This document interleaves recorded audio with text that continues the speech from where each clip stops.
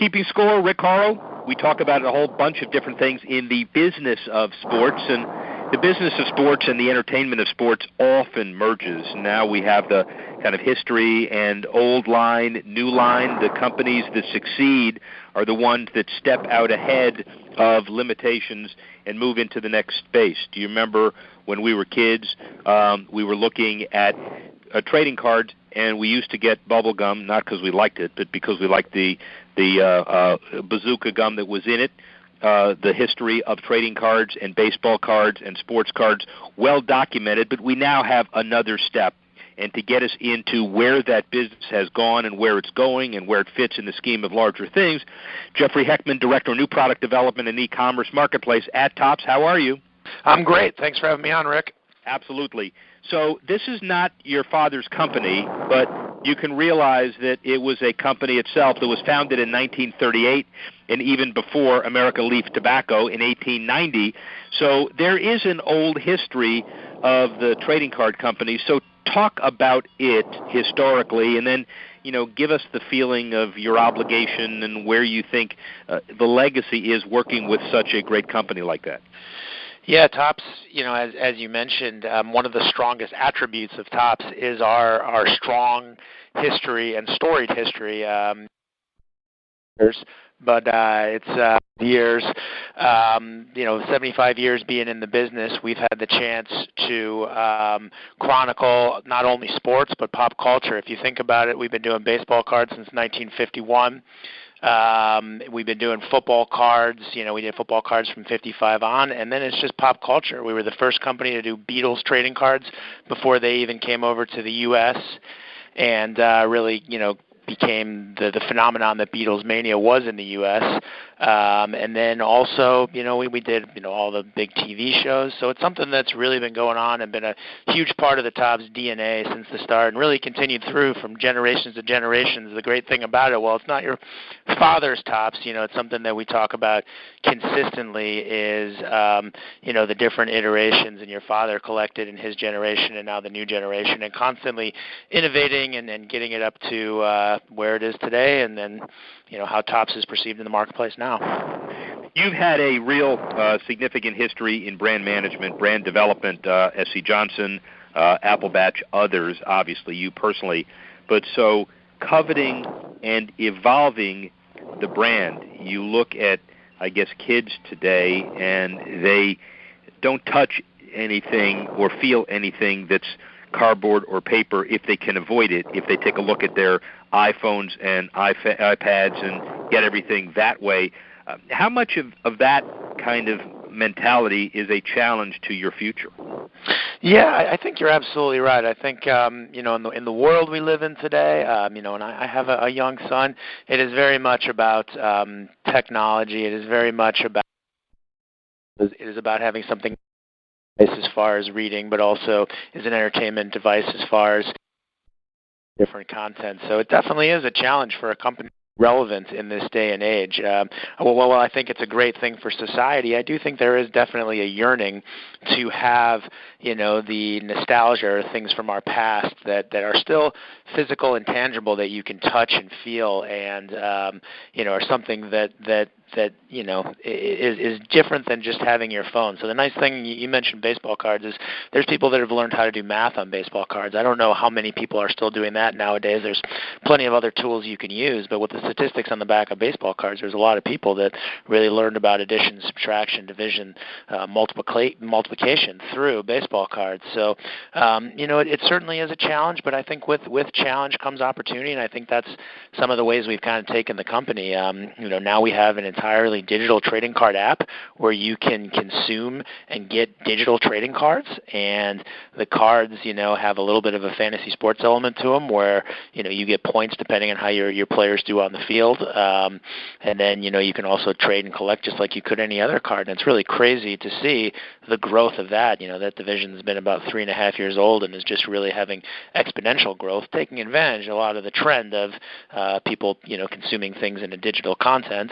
And then it's even led into some of the merging that we've done with the digital and physical world, which is the Topps Now program. So Jeffrey Heckman, new product development, e-commerce marketplace. So he sits in a room with his creative people, and you realize the kind of bedrock foundation of baseball cards. Everybody remembers top baseball cards. And then you get into discussion of how you stay ahead of the world. And then you realize that people come to you with ideas of the life story of John F. Kennedy years ago, but the Star Wars series and the Cabbage Patch Kid dolls stuff. And it's, what's the tension between staying true to your brand and staying ahead of the curve? Yeah, I think that's constantly a balance. It's really about, because we have such a heritage in the Topps brand. The good news about that is our collectors and the fans have come to expect certain things from Topps. So you can't just radically, go places or jump off the board without bringing and having people that have been supporters of your brands really buying in. So there's constantly the balancing act that's going on between creatively trying new things while staying true to your roots. So there's a little bit of the yin and the yang, the right brain, left brain that are kind of, consistently communicating, clashing, however you want to characterize it, that come together to try and come out with what we think is the right kind of product and the right kind of message for the marketplace. So I went to Northwestern undergrad, and, you're obviously Northwestern grad. How does it feel to be the smartest guy in the room, and how do you deal with it? Oh boy, the GM that hired me was a Northwestern guy as well. So fortunate for that regard. I wish that were true. Kellogg and Northwestern undergrad, both great institutions. So it's really prepared me really well for this role. And was having a conversation with one of my colleagues the other day. It really gives you the foundation, the fundamentals, and the building blocks for brand management, for marketing. Really fully understanding that. And the nice thing is, as you mentioned, that the other places I've worked, whether it's S.C. Johnson and you're talking about household cleaning supplies, or Topps and you're talking about trading cards or digital trading cards, the fundamentals are always in play, determining how you're going to build a product, who you're going to market it to, what your message is going to be, how you're positioning yourself and your brand in the marketplace. So it's been a good thing. It's definitely been good, and served me well here and throughout my career so far. Yeah, me too. But the difference is, I think our age groups are a little bit different, which means when I was back there, we're everybody's homecoming team, and it taught me how to lose gracefully, I think, is one of the things. That's true. The team now is quite different than it was. Yeah, quite so. So. Give me an example, if you don't mind, Jeff Heckman, the product development and e-commerce marketplace guru at Topps.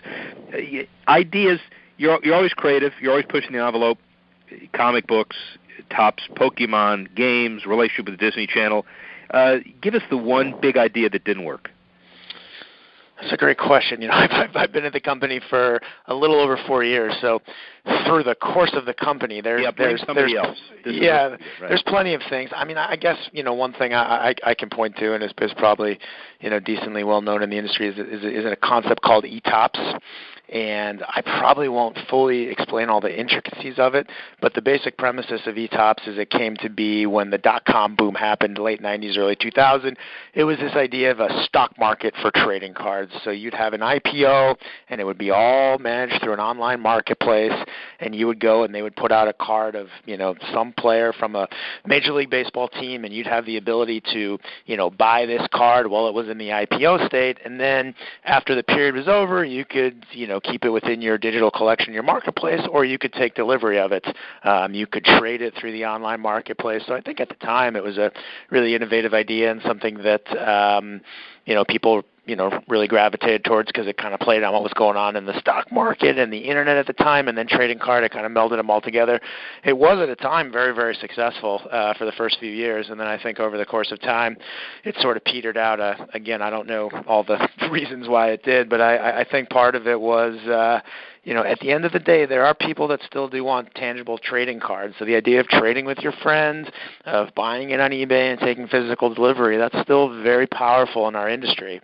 So kind of managing it all in an online marketplace like trading cards, maybe it just didn't get the penetration that, some of the other trading cards have gotten. But I think that's, one that's relatively recent throughout the course of time. I mean, the fun thing about working at Topps is you see all these test products, and you name it, we did it, whether it was things that looked like coins, stamps, rub-off tattoos, all sorts of stuff. And we would do test markets in small markets like, oh, this was only available in Michigan.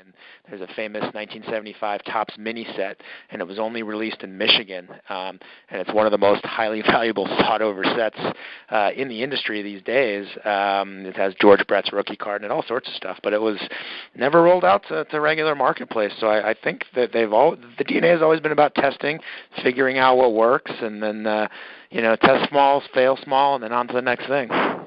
Well, one of the interesting things about your dynamic, and a couple more questions with Jeff Heckman, is that you start basically as a Topps chewing gum company in American Leaf Tobacco. We talked about that history a minute ago. But to be able to sustain and morph and evolve your brand into a viable company in 2016, when so many other nostalgia-based companies are in the Library of Congress, not on Wall Street or not being in any current existence. What's the success of that from a kind of business school perspective? Is it a succeed by evolution, or is it more than that? I do think that it is a little bit more than that. It is just really about trying to figure out how you cannot be sort of a dinosaur, and it's always been a challenge. And I think in the late 80s, early 90s, trading cards were everywhere, and a lot of people thought they were going to put their kids through college based on them. And it was kind of after that that was the boom, and then the bust followed after that, where people started to figure out there was just current supply and demand really at that point. But it's always really been about trying to figure out how to connect with kids and then continue to have adults and the people who have been with Topps for years and years be, kind of continue to be along with the journey, continue to deliver things that excite and delight both parties. I still have my Jim Kelly, Steve Young, Reggie White USFL sets. What are they worth? Do you and I need to have a conversation?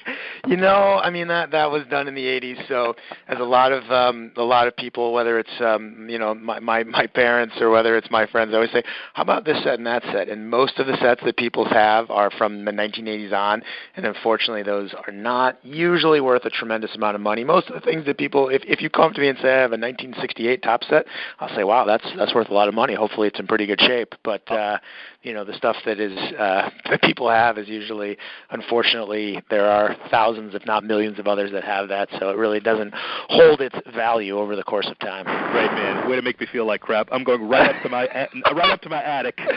Well, yeah, and you're going to be the one that threw away those cards, and then in 10 or 15 years, they're going to be worth something, and I'm going to be the one that you're going to come back and be like, oh my God, why did I do that?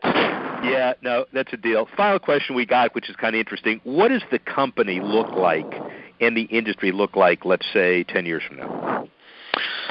I think it's going to kind of be continue. I think there's two trends that will happen over the course of the next 10 years, and then hopefully Topps can stay on top of them. I think things will continue to move towards being digital and being, right now it's, apps. I don't know what the next generation of apps will be, but I do think there will be some sort of a digital trading card game element that will continue to grow and proliferate in this industry. The other thing will be about how can you be current? How can you capture what's going on the playing field, what's going on in the political arena, what's going on in pop culture and entertainment.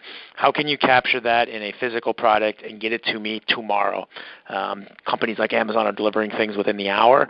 Right now we're doing something called Topps Now, which turns things around in 24 hours.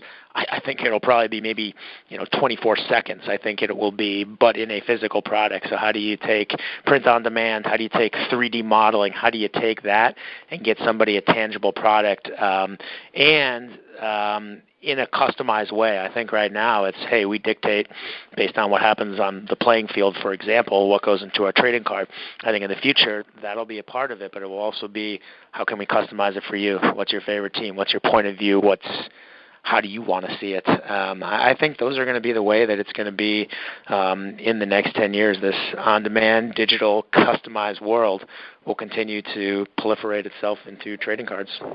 Here's what I think. Sounds like you got a lot of work ahead of you, and you're going to do it really well. I think you're right.